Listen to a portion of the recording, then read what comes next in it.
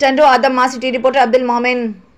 Rohri canal के गोड़ आलम डेरो वटां पयल घारो 40 कलाक गुज़रण बावजूद घारो बंद न थियो। गुज़िरियल रात घारे के ॾिनल काट पाणीअ जे दबाव ते लुड़ी वियो। घारे खे ॿीहर बंद करण जे लाइ ॿीहर काठ लॻायो पियो वञे, पर घटि बंद कंदड़ मलाह इंतहाई सुस्त रफ़्तारी सां कम करे रहिया आहिनि, जंहिं जे करे घारो बंद न थी सघियो आहे। पाणी वॾी स्पीड सां हली रहियो आहे।